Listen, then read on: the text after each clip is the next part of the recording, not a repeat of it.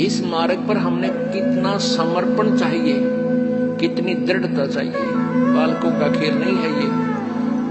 हम एक तो स्वार्थवश लगे रहे, 2-4 काम हो गए, एक कार्य नहीं सरा तो मन में दोष आ जाता है, कोई लाभ नहीं हुआ। हमने टारगेट जो बना रखा होता है, अगर वो हो जाए तो हम समझते हैं भगवान ने ठाठ कर दिए। और हो सकता है जिस उद्देश्य से आप परमात्मा से डिमांड कर रहे हो और वो वस्तु आपके लिए आने वाले समय में आपके लिए हानिकारक हो, तो परमात्मा वो आपको देगा नहीं, वो नहीं देगा यदि आप भगवान से की शरण में हो। और आपको वो नहीं देगा क्योंकि मेरी आत्मा को ही बर्बाद कर देगा, लगे लगाए पौधे को नष्ट करेगा। और आप ये सोच लेते हो परमात्मा ने ये हमें लाभ क्यों नहीं दिया, और आप भगवान से दूर हो जाओगे तो आपका दुर्भाग्य होगा। इसलिए ये रह रह कर ज्ञान दिया जाता है कि आप रोगी हो और ये हॉस्पिटल है जन्म और मृत्यु के रोग को काटने वाला। ये वो दीर्घ रोग है जो ना ब्रह्मा से कट सकता, ब्रह्मा का अपना नहीं कटा। विष्णु जी को भी ये रोग है, ब्रह्मा जी को भी रोग है, विष्णु जी को भी मृत्यु का जन्म मृत्यु का रोग है। इस ब्रह्म को भी जन्म मृत्यु का रोग है, पर ब्रह्म को भी है। केवल एक परम अक्षर ब्रह्म है वो परमात्मा, जो जन्म और मृत्यु के रोग को काट सकता है। और वो ये हॉस्पिटल है बरवाला आश्रम, सतलोक आश्रम बरवाला। यहां पर उस दीर्घ रोग का ऑपरेशन होता है। अब सच परमात्मा के दरबार में आप आगे, जैसे आप हॉस्पिटल चले जाते हो, हॉस्पिटल में जाके आप डॉक्टर को अपना रोग बता देते हो, डॉक्टर अपनी जांच करके क्लियर कर लेता है कि हाँ आपको ये रोग है, फिर वो आप कहते हो जी ट्रीटमेंट कर दो। तो उसमें डॉक्टर आपका ट्रीटमेंट करता है, आपका जो है इलाज करता है, तो उसमें आपकी सलाह नहीं लेगा। वो अपने हिसाब से आपको इंजेक्शन लगाना है इंजेक्शन लगाएगा ही लगाएगा, ग्लूकोज लगानी है ग्लूकोज लगाएगा। और यदि ऐसी कोई स्थिति आ गई तो आपका ऑपरेशन भी करेगा। हाँ, इतना अवश्य बता देगा कि इसके ऑपरेशन की आवश्यकता पड़ेगी, बोल तरीके सलाह है। यदि आप कहोगे ऑपरेशन नहीं कराता तो जा अपने घर में मर, ऑब्जेक्शन है तो जा, फिर जाते मरेगा। तो ऐसे ही यहां आप आगे, और ये दास डॉक्टर है, परमात्मा कबीर जी की पावर से सारा काम होगा। तो आपको जैसा भी कुछ मिले, जैसा भी मालिक रखे, आपको नो ऑब्जेक्शन होना चाहिए। यानी जो रखे तो ही रहो मेरा के सारा, खाने जाद खरीद हो गुलाम तुम्हारा। परमात्मा जैसे भी आपको रखे, अब चाहे आपको ये दिखे कि हमारे ये हानि होगी, नहीं, हानि नहीं, ना जाने के बड़ा कहर टाल दिया आपका, आप नहीं सोच सकते, आप बालक हो। एक 2,000 10,000 रुपए की हानि में आपका 10 लाख का नुकसान भी टाल देगा परमात्मा। और आप ये सोचोगे कि हमें ये हानि नहीं होनी चाहिए थी, हमने नाम भी ले रखा है, तो ये आपकी गलती है। पुण्यात्माओं, परमात्मा कबीर देव जो है ये हमारे पाप कर्मों का नाश कर देता है। अब जैसे आप सोचते हो कि भी हमें ये हानि नहीं होनी चाहिए थी, हमें ये नहीं होना चाहिए था, तो फिर आप इस भक्ति का लाभ प्राप्त नहीं कर सकते। जैसे आप यहां आए हो, आपको 1 2 3 लाभ तो परमात्मा कबीर जी अपने कोटे में तो देगा, ऐसा लाभ देगा आप सोच भी नहीं सकते कि मुझे ऐसा सुख हो गया भगवान हे परमात्मा। अब यहाँ जो भाई बहन आते हैं, जो 2 वर्ष 3 वर्ष के लग रहे हैं, 4 वर्ष के 5 वर्ष हो गए, वो शुरू में आते हैं जो तो ये कहे जी हमारा ये नुकसान हो गया, ये लाभ नहीं होता, ये बीमारी होगी, ऐसा नहीं होता।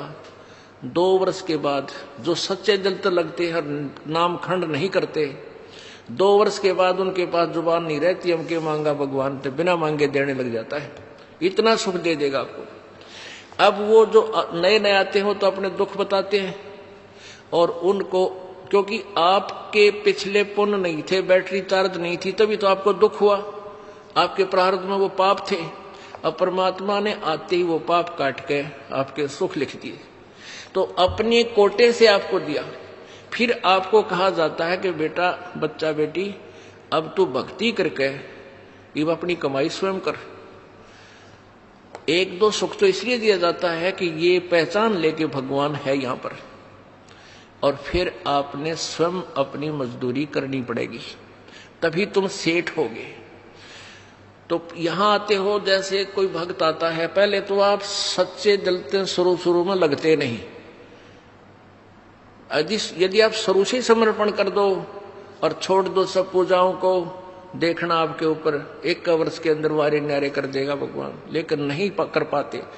उसके लिए काल ने हमें कैसे बांध रखा है, जैसे एक परिवार में एक आदमी नाम ले लिया एक व्यक्ति ने, और 5 व्यक्ति अनुपासना करने वाले, तो आपके नियम को वो खंड करवा देते हैं, और फिर आपको हानि होनी बराबर रह जाती है, वो लाभ पूरा नहीं मिलता। फिर आपको समझाया जाता है, दृढ़ किया जाता है कि ये पूजा मत कर, अनुपासना नहीं करनी है। परमात्मा कबीर जी कहते हैं 100 वर्ष तक सतगुरु पूजा, एक दिन अनुपासी, वो अपराधी आत्मा फिर पड़े काल की फांसी।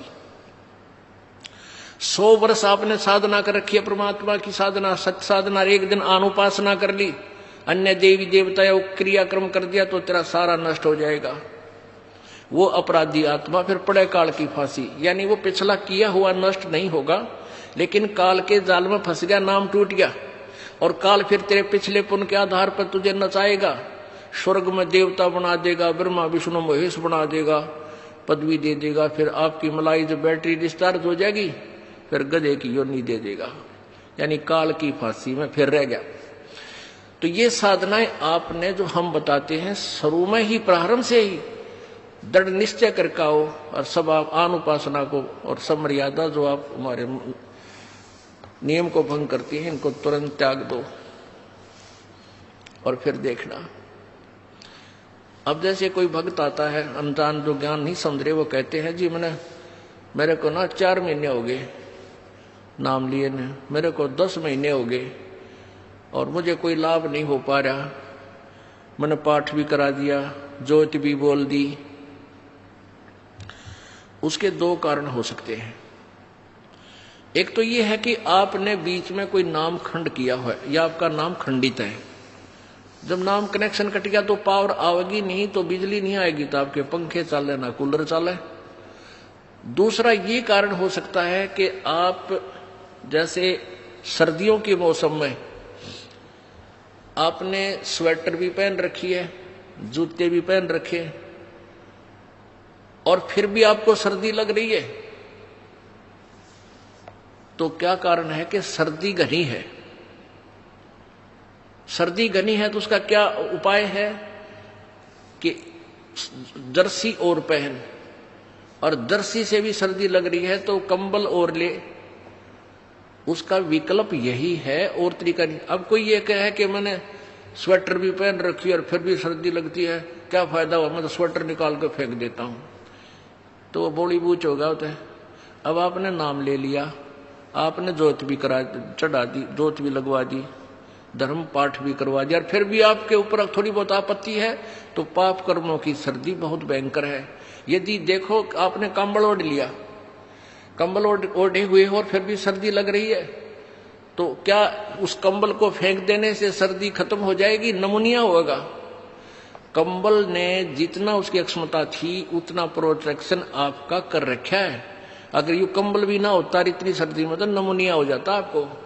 तो ऐसे ही आपके ऊपर पाप कर्मों की सर्दी घनी है, और इतना कुछ धर्म करने के बाद भी थोड़ा बहुत ठूं ठा की हाथ पा ठंडे हो रहे हैं, तो क्या नाम छोड़ देने से आपको लाभ हो जाएगा? वो नाम रूपी कंबल को फेंक देने से, धर्म रूपी कंबल को फेंक देने से आपको हानि होगी। उसका तरीका है कि और बढ़ा, रजाई ओढ़नी पड़े, रजाई ओढ़, और आग बाल कर सेकना पड़े तो आग बाल कर, हाथ पैर सेक के अपना गर्मी प्राप्त कर। तो ऐसे ही इसी तरह धर्म और बढ़ा, पुण्य बढ़ा, पाठ और कर, जोत चढ़ा। जैसे एक टेबलेट थे, पेट का दर्द ठीक ना हुआ 2 ले, एक दिन बना हुआ तो लगातार 1-1 महीने भी गोलियां खानी पड़ जाती है, जब वो इलाज होगा उसी तरीके से। तो आपका जो ये पाप रूप कर्मी जो कर्म रूपी सर्दी से आप जो परेशान है, इसका यही तरीका है, और इसमें आपने पीछे नहीं हटना, आगे को बढ़ना चाहिए।